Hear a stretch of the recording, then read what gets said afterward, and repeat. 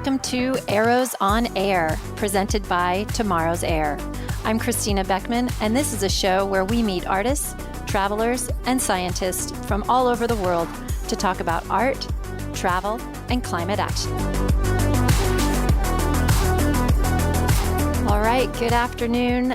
Thank you very much for joining us today. We're here with Edmund Morris, who is officially a market systems and tourism consultant. Edmund is graciously giving us some of his Friday morning. I'm in San Francisco. It's Thursday afternoon, so it's exciting because I feel like Edmund is speaking to us from the future. Edmund, market systems and tourism consultant, I feel like you're so much more than that. We met in Jordan, where I knew you as the guy who led this huge team working on an economic development project. Maybe tell us a little bit about that. And then you're also, I think of you now as a writer.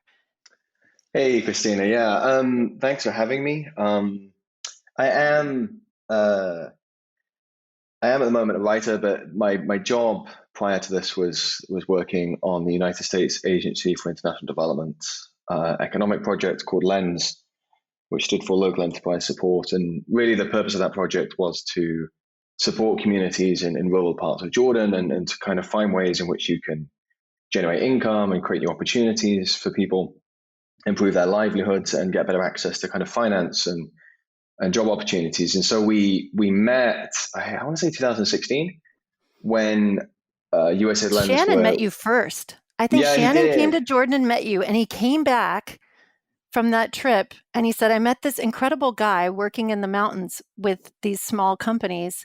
You've got to call him. And so then we had a meeting and we spazzed over the adventure travel local analytics system, which was this model you'd created. Yeah, I met Shannon at 8 p.m. in a back office of Jordan's Jordan Authority Tourism Board. It was such a weird meeting because I had seen so much about the ATTA up until this point. I'd been trawling all your research and data banks and going through your publications. And so to meet the president of the ATTA out of nowhere as well, a friend of mine just rang and he said, "Oh, he's at the Jordan Tourism Authority. Why don't you go meet him?" And we met late in the evening. And I kind of went through all this data and information and work we've been doing on LENS. And essentially, we just approached tourism from such a different angle that I think he hadn't, at this point, seen much like it. And that was the genesis of the Atlas system. So what we were trying to do on LENS was answer a question that USAID asked us, which was, can you justify a multi-million-dollar investment in the travel and tourism industry? And if so, what does that look like in terms of jobs? How is it helping people? What is it doing to communities? What impact is it having? And where's that impact going to be felt? And so we approached it kind of from the opposite direction to most businesses who would look at, how can I improve my bottom line or where can I make money? We said, well, where can we create jobs and how can we create impact? And that led us into building this model, this system called Atlas, where we would essentially simulating and modeling growth within the travel and tourism industry and how it would trickle down to different communities.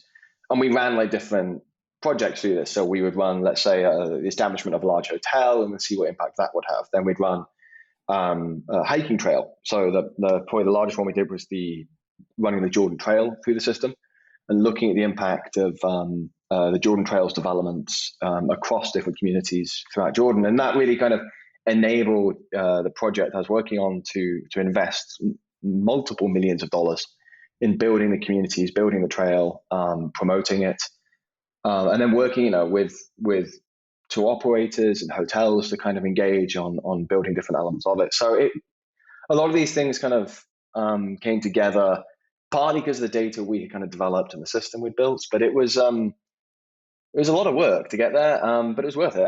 I loved it. And that was why, we showed it to Shannon and he got super excited about it. And that's how the whole thing kicked off. And then we met. I mean, there's a couple things in there. One, you are also an economist, I think. Is that right? I don't know. Maybe. I don't know what you have to do to be qualifying as an economist. So I'm going to say possibly. I'll say market system specialist is probably my synonym, but yeah. But you always have this economist mind on things and a reliance on data that was really helpful in the from the Adventure Travel Trade Association perspective, because we are typically coming from the bottom up, and we have all these anecdotes that we can see about local businesses and their impact in their local communities. But the fact that you were coming at it from this systems approach with data, and you had a partner in crime. What was his name? Was his name Rafa?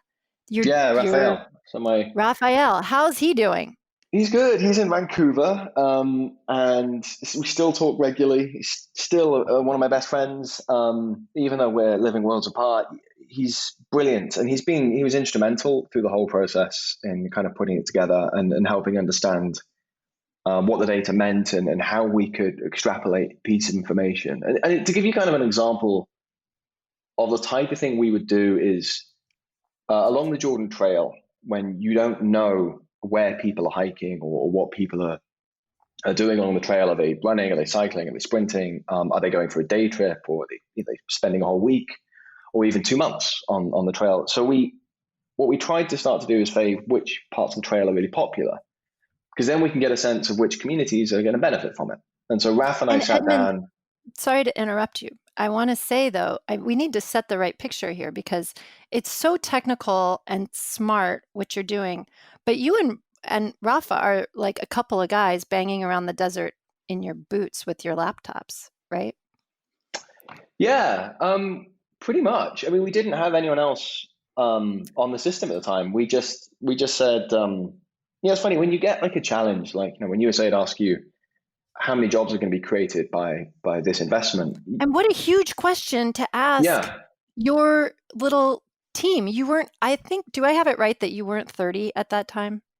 yeah, I was like in my late 20s, I think, when it It began. just, the, the world just is amazing to me. It's you can be given these huge tasks and then rise to it. And here's a couple guys under 30 who are going to go after this enormous question. Yeah, it's funny. We didn't even think of it at the time. I wasn't. I don't think I was aware of what I was getting into and what we'd end up doing, because USAID asked that question of every investment they make, typically Mm-hmm. on economic growth projects. So for us, this was kind of par for the course, and we began like looking at as you normally do with what literature's out there on tourism, and what does the industry normally do when trying to analyze the number of jobs it's got there, and that was kind of disappointing for me. I think I expected more from the travel and tourism industry to have in terms of data that we could use to inform USAID on the answers to the questions they wanted. And that was when we started to say, well, we need to find new ways around this. We need to kind of model it. We need to see if there's any other data points we can use to infer what might be happening in the industry. And that was why, like, using, to go back to the example of the Jordan Trail, really just looking at the social media posts on who was posting what, where, and Mm-hmm. when.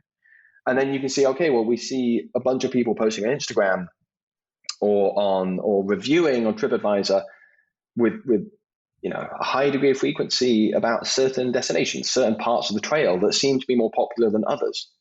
And you can kind of get the impression if people aren't photographing an area, they're either not Mm-hmm. going or they didn't like it that much. And Mm-hmm. so we began to sort of use this information where there aren't bigger data systems or bigger expensive reporting Mm-hmm. systems to feed Mm-hmm. information back. And then that's how it all started, and it grew and grew, and Atlas got bigger, and we started to incorporate new elements into it and more traditional economic modeling approaches. So that was where I left it. And then Lens, as a result, we were a $65 million program. We invested I think around $4 or $5 million in the travel and tourism industry in Jordan, and its impact was great. I was really happy with the work we did on the project. I had the most amazing team of almost all young Jordanians who were just extraordinary in what they achieved and how they worked with communities and the work they did. And Raf and I, yeah, we walked around the country with a bunch of laptops, but they did most of the actual heavy lifting. They did most of the work, and yeah, and that ended sadly about a year ago. The contract and project ended, so I left Jordan after 10 years in the country and Mm. moved to Australia. Tell me how you got from England to Jordan in the first place? Because that's not, I don't think you're following a traditional career path. This is true.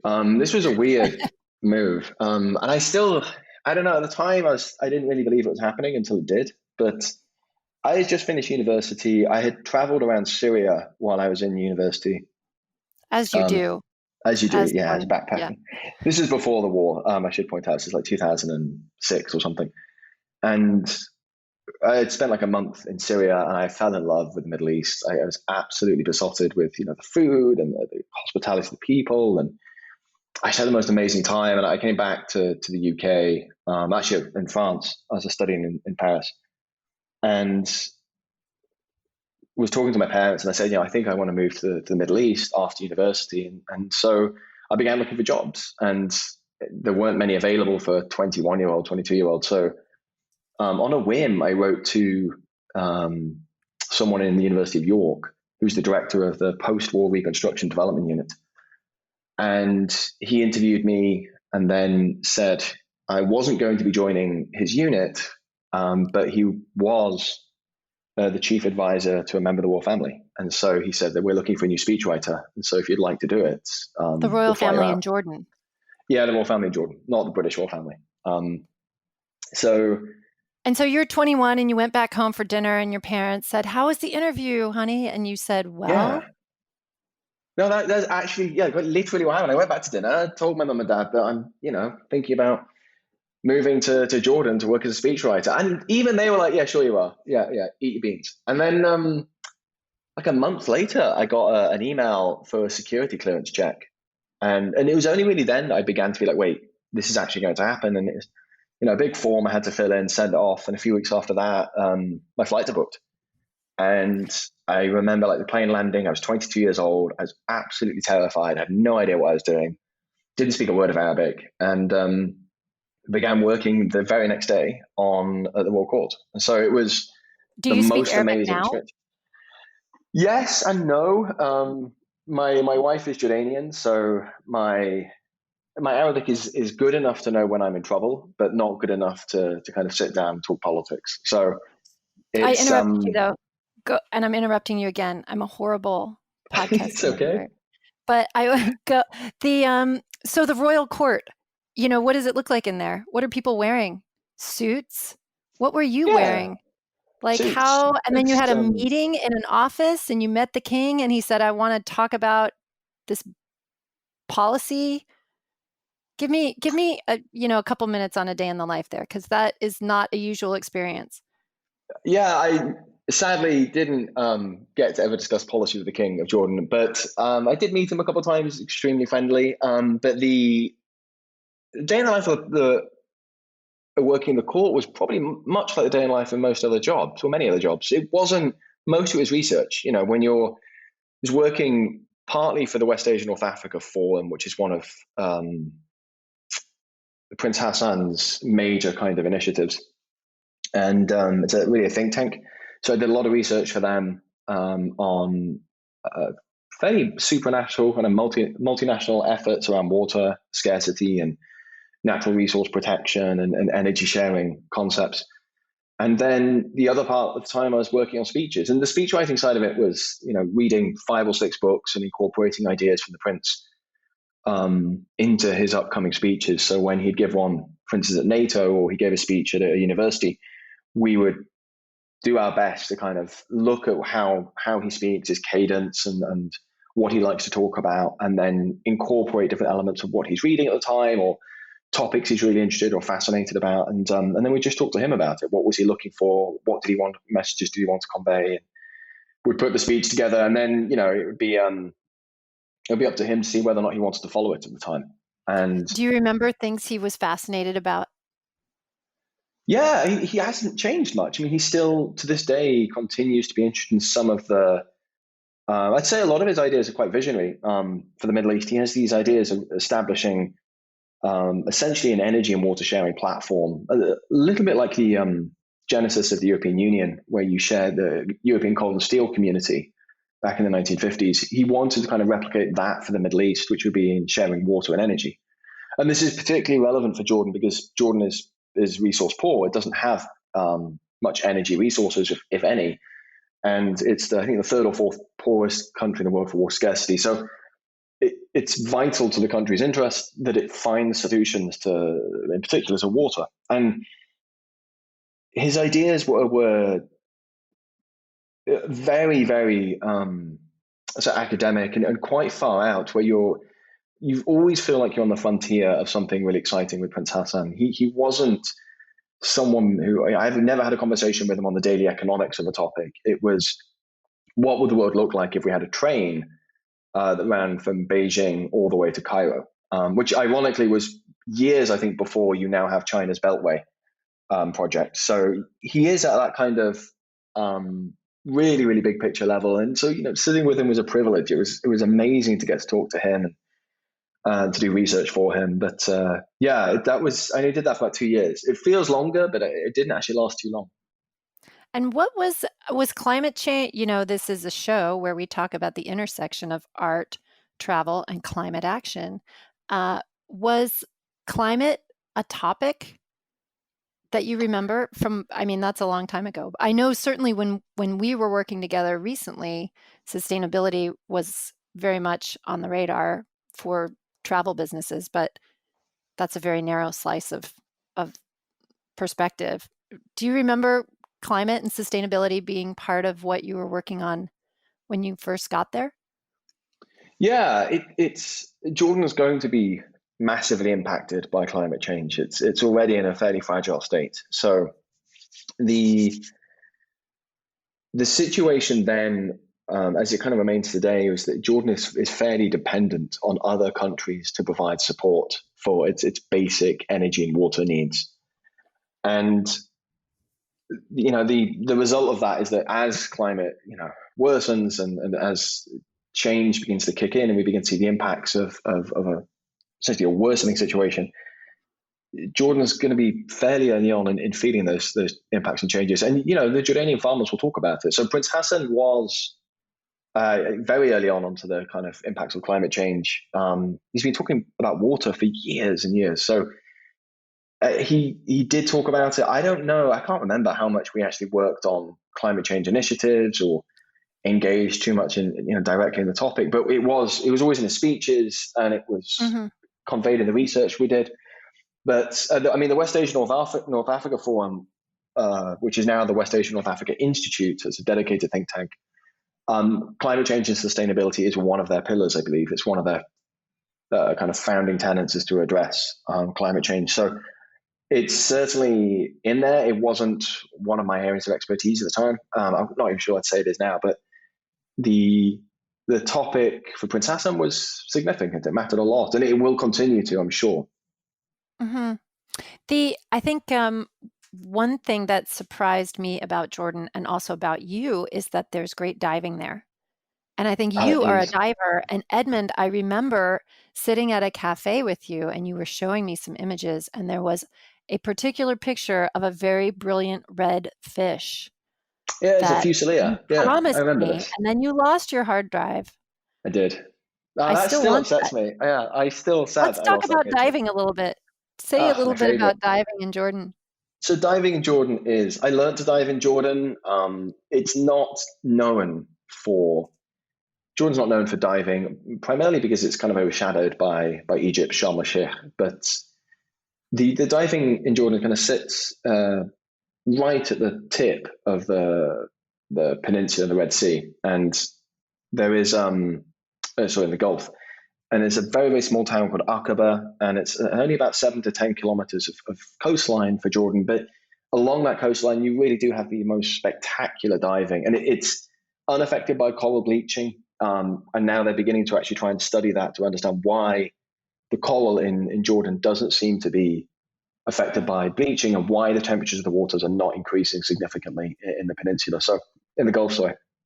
So it is like the Red Sea, except you don't get the pelagic sort of larger fish, but you do get a lot more of the smaller stuff. And it's essentially, for me, the best place you could learn to dive in the world, I think Jordan is. If you learn to dive in Jordan, you'll spoil it, because it's shore diving, it's easy access, there's no current at all, visibility is always above 20 meters, and the fish are amazing.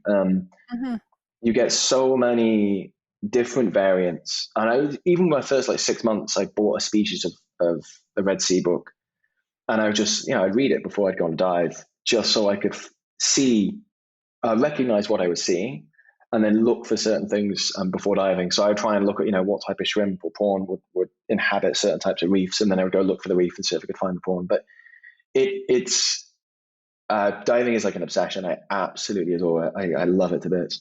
Are you diving now in Perth?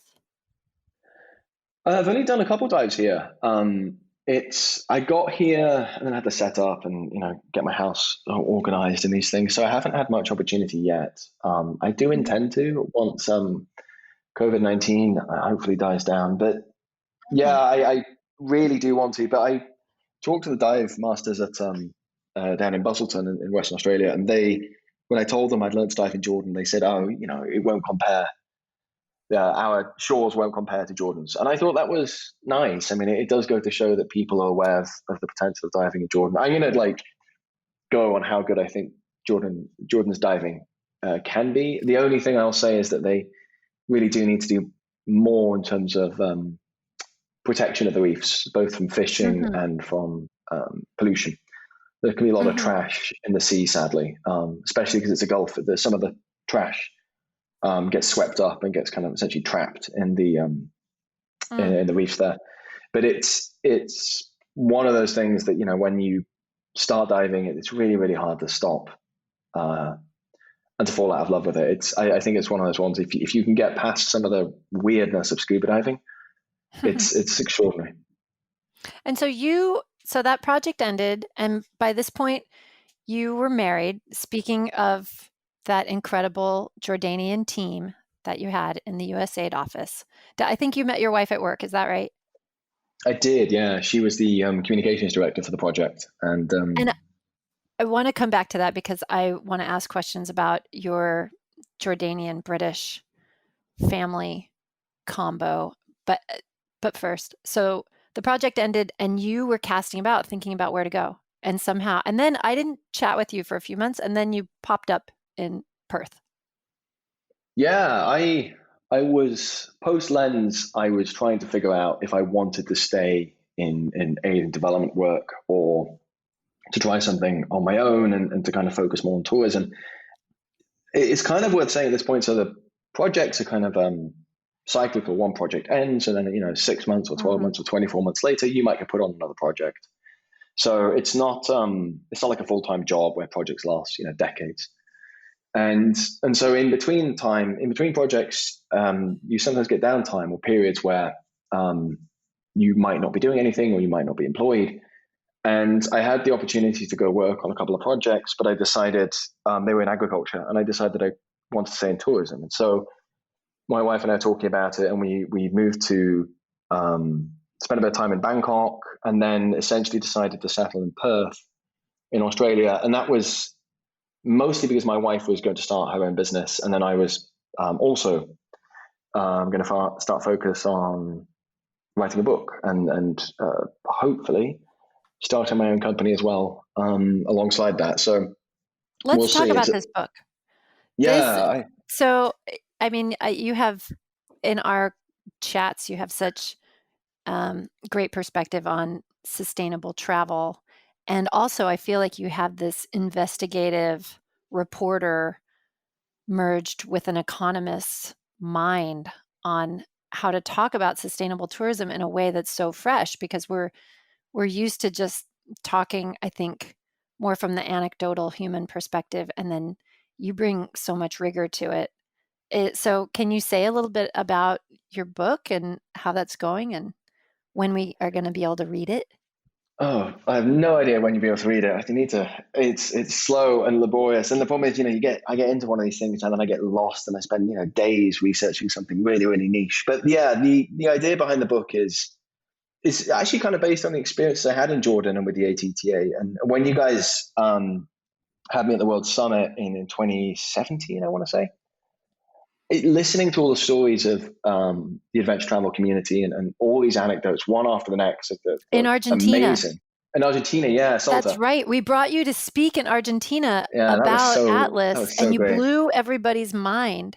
And all these government I mean, everybody, not everybody, but there were several countries, 3 particular countries that thought this would be a great tool to justify adventure investment in their country. You were sort of the star of that event in a way, Edmund. You You are created a far lot of too kind. buzz. I Yeah. think Yeah. there were Okay. many Well, I'm stars. glad to know that we influenced you too. Okay. You did So you're hugely. there, you're in Salta, you're hanging out with all the river guides. Yeah, and I was talking to.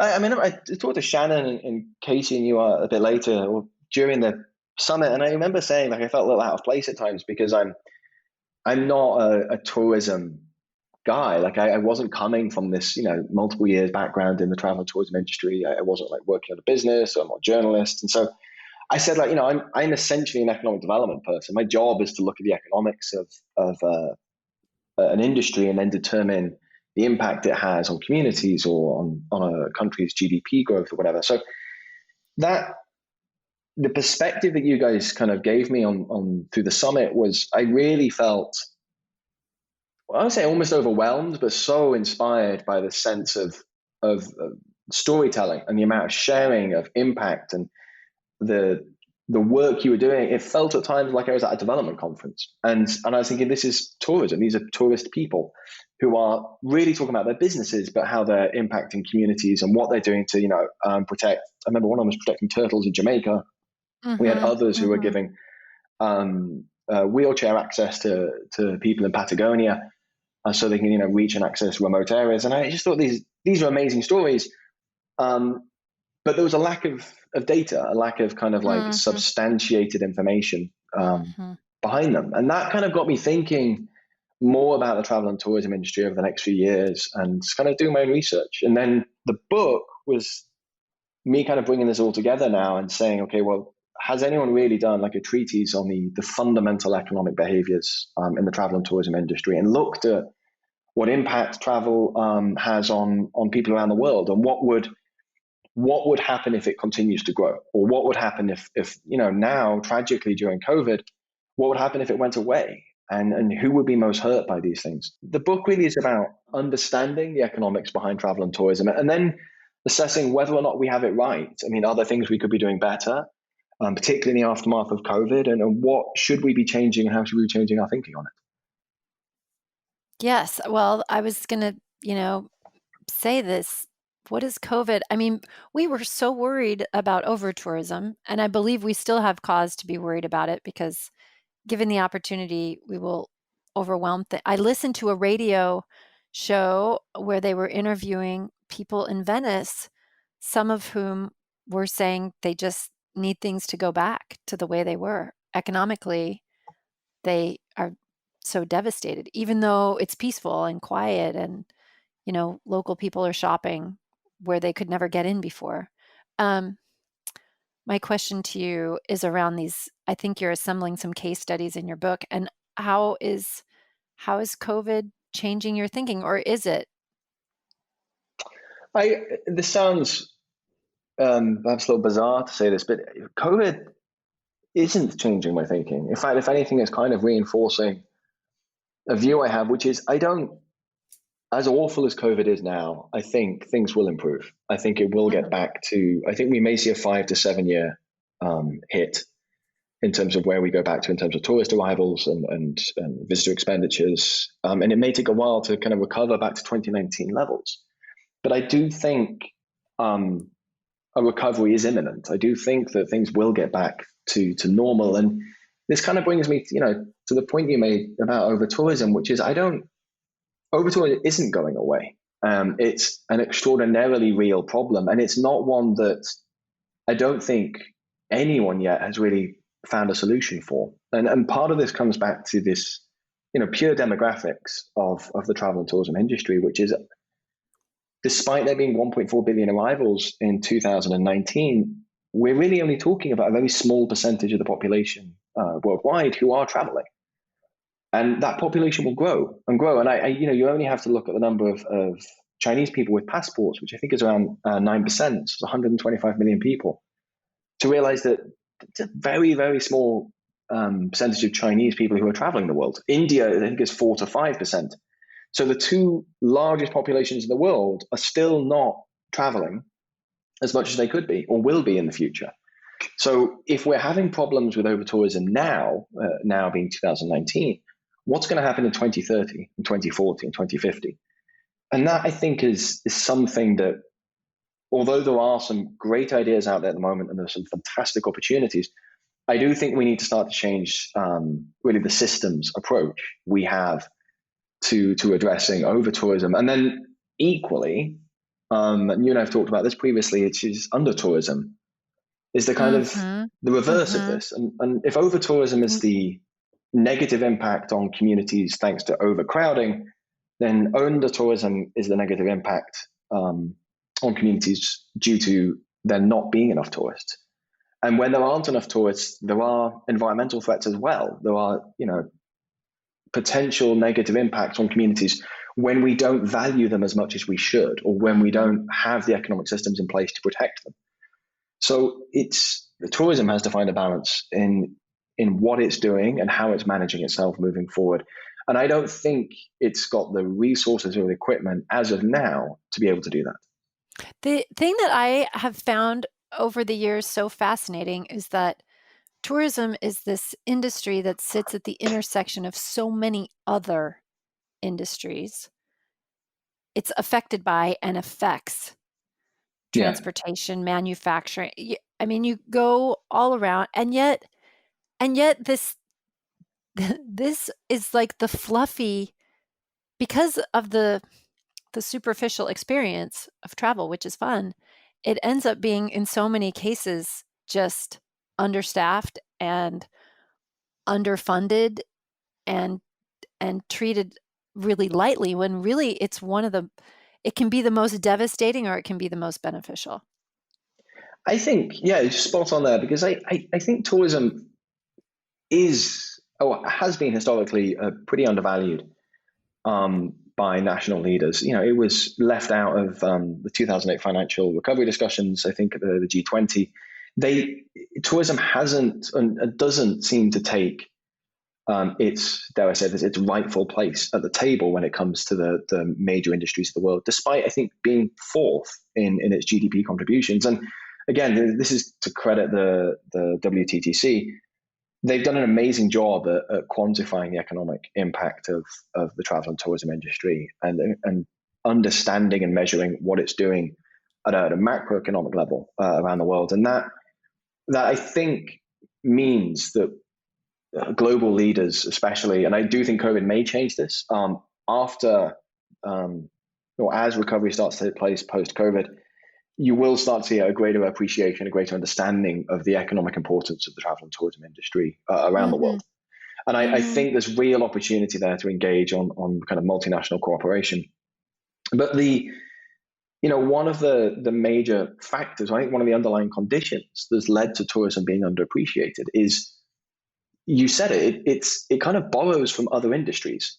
And that's why you have something called, the tourism satellite accounts, is the national accounting for the travel for most industries. I love that you managed to get satellite accounts into this conversation, Edmund. You are totally an economist. Keep going. Keep going. So, I mean, nobody knows what satellite accounts are. First, you have to say what that is. Okay, so tourism satellite accounts are essentially a form of measuring the economic output of the travel and tourism industry. And they are called satellite accounts because they sit separately from national accounting systems, which national accounts are kind of an agreed upon international standard for how you measure economies. So tourism has a satellite one because it kind of sits between all the other national accounts. It kind of borrows from transportation and restaurants and hotels. So tourism needs to have its own kind of system because it doesn't fit in the traditional model of the national accounts. And that is both a good thing, but it's also, I think, works to the detriment of the travel and tourism industry at times, because it doesn't get taken as seriously as it should be, I think, because of it. And I don't think satellite accounts are perfect by any means. I don't think they're the solution to some of the challenges in the travel and tourism industry, but they're extremely helpful. But again, not many countries have them. So we're still at the early stages of building TSAs. And as a result, having a country like Angola or Namibia or Vietnam or Jordan understand the value of its travel and tourism industry is really tough because they might not have tourism satellite accounts, which means they're not Mm-hmm. reporting or recording on the Yes, impact and of if it's travel and not tourism in their measured, then economies. it's like, yes, then it's like it doesn't exist. If you're Yeah, not exactly. measuring it, if you can't put a number on it, then yeah. And we had this in Jordan when we were, I was talking to the Minister of Tourism and we were talking about some of the impact travel and tourism was having on rural communities and how that differs, how certain subsets of tourism, so if you have, let's say, mass tourism or resort-based tourism versus adventure travel, those behave very differently economically. And so what somebody does when they're in a resort and how they spend their money has a different impact to someone hiking or someone scuba diving. And this also creates within travel and tourism industry other kind of more complex dynamics because they're not all equal. But when we report on them at a national level, they become equal. So we treat them as if they're all the same thing. So Mm-hmm.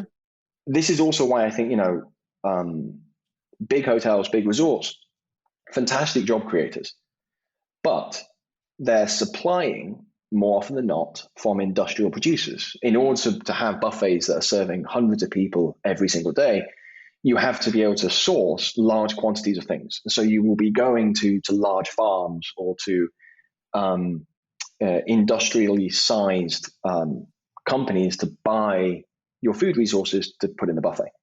And that Do you think, essentially means that, what's happening in the hotel industry is very, very different from the bed and breakfast who are buying from a local bakery. And that's one of the most important things I think to understand for the travel and tourism industry moving forward is to be able to differentiate between its economic impacts post COVID. Edmund, I had the idea, I had this brilliant idea. No, I mean, this has been a topic of conversation, obviously, but it, it came to me while you were talking that in this sort of, as we look at the moments through COVID, uh, sort of the crisis and then the recovery, and then we move into resilience. And I was in a great presentation today, Caroline Bremner from Euromonitor, and she had a chart laying this out. And in the sort of recovery period where we're emphasizing regional and domestic travel, it occurred to me that this could be sort of a transformative opportunity for these places that are used to doing, just like you said, sourcing from industrial farms to feed hundreds of people at the buffet. You know, what if all these places have to start kind of retooling for local audiences and fewer people and different budgets? And suddenly there's a discovery and an awakening about the the local, the potential of a local supply chain. I think that's the goal, right? I mean, I think that's kind of where, in my ideal world of what the travel and tourism industry would look like, most of it, wherever possible, would be supporting local communities and local businesses. Because I mean, if there is a problem, and again, to come back to economics and travel and tourism, but if you're buying everything industrially and you're buying, say, tomatoes, and you're importing tomatoes from Spain, but you're a hotel or you're a resort in, let's say, Greece, what's going to happen there essentially is your tomatoes are going to taste the same in a buffet in a hotel in Greece as they would in a buffet in a hotel in Spain, as they might in Brazil, because Spain's exporting its tomatoes and all these big hotels are buying in bulk from this one provider. And as a result, a lot of these hotels are at risk of becoming quite generic and that they are starting to lose their authenticity or their sense of identity within a certain Mm-hmm. country. So in order to Mm-hmm. retain that, the best thing travel and tourism businesses can do is to do as much as they can and sourcing as much as they can from local businesses. And I was talking to someone from the Marriott recently, and they were talking about buying furniture and buying rugs and carpets from local artisans. And I think it's kind of initiatives like that that you really want to be encouraging as much as you possibly can from both small and large companies to source locally. And it might come at a higher Mm-hmm. cost. But I think if you spin that on its head and say, well, actually, this might be an investment long term because you're safeguarding yourself from competition from other countries. So you're encouraging a lot more kind of a local orientation around the experience of, even if you're eating in the Marriott in Jordan, you're still getting a Jordanian experience. You're not getting a kind of generic standard experience that you would get in all Marriotts. And I think even the bigger hotel chains, the bigger tour operators need to do more, or as much as they possibly can, I should say, in trying to source from local communities and local food producers, local suppliers, because that's ultimately what's going to help protect a destination in the long term. I think post-COVID, I sincerely hope that with regional, domestic markets, you'll get greater interest in supporting local communities, and kind of more economic transactions that go back into particularly rural areas, people that don't have as much economic opportunity. Tell me about your wedding, Edmund. I'm imagining when I was in Jordan, I saw a number of weddings happening on the ground floor of hotels. And as you were discussing this, my mind was flashing to these weddings. What was your wedding like? Your Yeah, I was family just going came to from maybe sound like England. such a hypocrite. No, because I didn't get married in Jordan. I got Where, married in Sri where'd you get Lanka. married? I went to Sri Lanka for it. Why? Do you have a, Um, a connection there? no, actually. Why didn't we get married in Jordan? I think it was partly because in Jordanian, I might even say Levantine culture, you have an engagement party, and then later you will have a wedding. So we had our engagement party, which is quite similar to a wedding, except that it's not a wedding. But you have lots of people come. And so we had the engagement in Jordan, this amazing restaurant called Shams al Balad in Amman. And that was, a couple hundred people, loads of our friends, and we all celebrating. My friends came from the UK, my parents came. And yeah, that was this kind of just party. I mean, it's just an amazing, amazing Jordanian food, How did and your families? dancing. It was awesome. How do your cultures get? I have this notion of sort of staid Englishmen who drink tanks of beer, and I know Jordanians to be kind of rowdy, actually. So I was sort of anyway. Tell me about that. I think I've seen my dad drink a beer once in his life. Oh, My really? dad is like, I got it all yeah, wrong. he's, Stereotypes. well, I don't know. My parents, I grew up in Italy, so my dad's kind of Oh, is more of a wine I did drinker than he not is a beer snoop on drinker. you enough. Wait, stop. Yeah, You grew that's up in not like, Italy. yeah, until I was 13 years old, I lived in Italy, and then Mm-hmm. we moved when I was 13. So I've actually spent more time living in Jordan than I have in the UK, Mm-hmm. for my life. Where So in Italy? it's in the lake, so Lago Maggiore, near Lake Como. Wow. So yeah, I was a little baby boy. I grew up in Italy, and so my dad has, I mean, he still takes Italian lessons now. He still speaks Italian, as does my mum. No kidding. No So kidding. yeah, they are very British though. They're not. My dad worked for the European Commission, so he was posted there on a project long term, and as a result, I think my dad is quite Italian, in certain aspects. And my mum is part Swedish as well, so she kind of is softly spoken and quiet and reserved, and so they're quite a gentle and a relaxed family. We always have been, and my Jordanian family now are the same way. They're very, very calm. My father-in-law is and my mother-in-law have been wonderful and really, really generous and kind in welcoming me. So it's been really quite straightforward. I want to say, So like, it's they been were pretty easy. okay. They didn't mind that. I think is your wife's name Maya. They didn't mind that Yes, she was Maya. marrying a non-Jordanian. I think it took a bit of time to get used to. I think they wanted to wait a little while to see whether or not I was serious. But no, I mean, once I think like around 2 years into our relationship, her parents began to say, okay, well, we're okay with this now, and it looks like he's serious about Hmm. you. And so yeah, and at this point, I've been 7, 8 years in Jordan. So I think one of the Hmm. concerns of Maya's father was that I understand Jordanian culture and what it means to be Arab and what it means to be from a certain type of community, and that was something I really made a conscious effort for. And you have to do when you work in international development. You have to be very, very conscientious of where you are and your place in a community, and how to behave and act responsibly, or show respect to a whole way of life, and which may be very, very different to your own. And I think in our case, I actually draw quite a lot of similarities between Italians and Jordanians in many ways. They have a shared love of food and family, and a strong kind of sense of village community. So it wasn't too unfamiliar to me being in the Middle East. Right on. It was in many other ways, but it was really a privilege, and just parents, the family have been great. And so now that we moved to Australia as well, we're miles away, sadly, from both of them. So it's Is it's it really, difficult. sadly, Edmund? Is it really? Well, sorry, I might be No. projecting on you there. Is your mother a writer? I think I recall you saying that your mother is helpful and inspirational with your writing.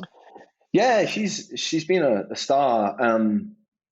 Throughout my whole career, she's been a huge support. But recently, she's helped me put together the book, and to kind of work through and think through some of the problems I'm working on. And that, what she did, was she was a professor at University of Hull in Scandinavian Studies, and then went on to write numerous books about Saint Brigitta of Sweden. So I joke that she's the world's leading expert in Scandinavian medieval studies because she's the only one. But Wow. that's unfair. There's probably about 10 of them. It's a really, really niche area, but she's been fantastic in helping kind of organize my thoughts and take my ramblings and my insane ideas into something that might actually be coherent. So if the book ever does get published, she'll be the person that's to thank for it.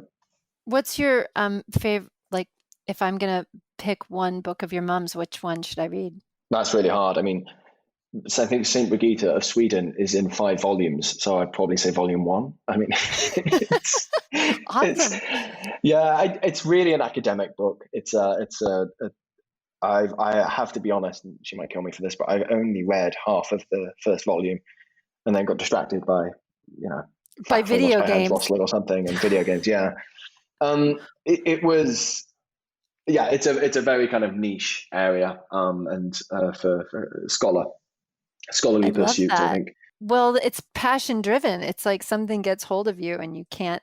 I feel like that about carbon removal. Like I'm making John listen to these, reversing climate change and carbon removal podcast and these. Anyway, it's great. The people who do that, by the way, are nori.com, and their podcasts on climate and carbon removal are terrific. When something grabs hold of you, it truly does feel great. Yeah, it's hard to let go of, and I think carbon. You actually the one that kind of got me into carbon removal recently. Oh, It that's the wasn't. highest compliment anyone's paid Yeah, me. I haven't. I'm When doing I was my writing the job book, as a and liaison.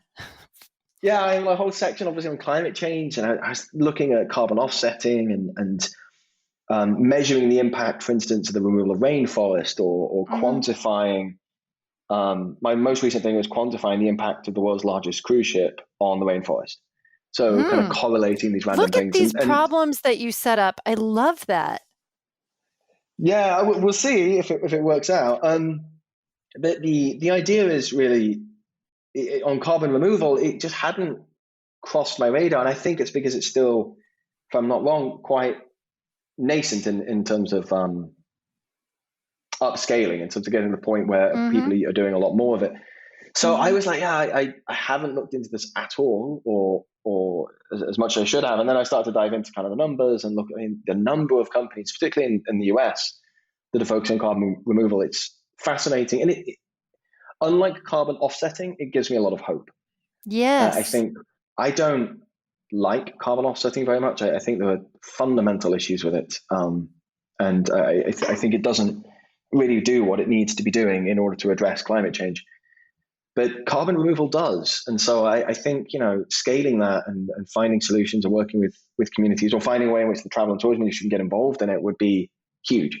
It'd be absolutely amazing. Edmund, you just said it. Yes, I agree. I mean, if we can get travel and tourism engaged in removal, I think we can activate a grassroots movement of travelers who will fund it in increments. This is my hope. I love that you said that. That's going to be our quote. I have to wrap this up. I could talk to you for hours. This whole thing makes me, wish that we were sitting under that bougainvillea veranda, in Amman. I remember having great dinners and rambling with you. One day And you did all the ordering we'll at the come back. restaurants. We'll have to have a reunion. So I want to close, though, with this question that I've been asking folks, which is about music. So, and I know you are a serious fan of music. We've swapped some lists on occasion. So tell me what you were listening to in high school and tell me what you're listening to now. I have to say it's quite similar. Like I don't think I've changed too much. I was listening to Jurassic 5 and Dave Brubeck in high school, a lot of jazz and Mm-hmm. hip hop.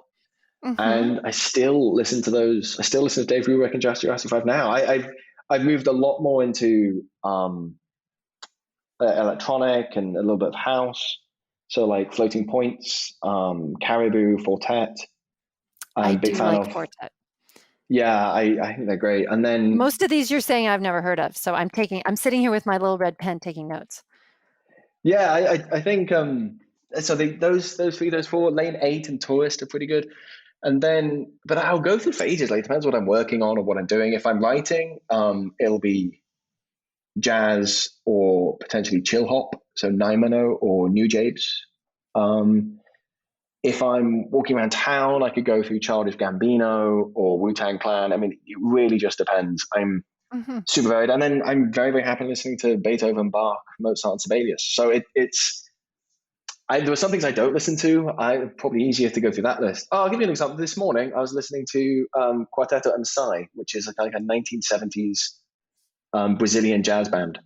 Hmm. So strongly recommend Brazilian music at the moment, and Cuban. I'm kind of on a roll for those. But I think What was the name of who you were listening to? I see Gustavo and the Brazilian team out there are going to kill me for butchering this pronunciation, but Quarteto Sai. I'll So have to. Quarteto and then Yeah, EMCY. yeah, yeah. And then Soy Giorgio is another one I adore. Yeah, it's pretty varied, but you'll catch me in a mood, and I'll be going on like a binge of a certain type of music, and then the next day I'll be listening to something completely different. A lot of I it's think based on what I'm doing, I think. I'll grab you for the show notes and we'll put some links in. I had this idea to fade out our shows with music, and then I started getting into the details of that. It's And I have licensing to buy issues, a yeah. license. Well, there are agencies you can buy licenses, and I was like, oh, totally do that. And then actually, no, we're not going to totally do that just yet. So I'll You need to find a jingle instead as well. Just have someone hum a theme tune. That's right. Well, Edmund, it's so great to talk with you. Thank you so much for spending your time and your energy on Arrows on Air. And we'll be in touch. Thank you so much for having me. It's a pleasure talking to you, Christina, as always.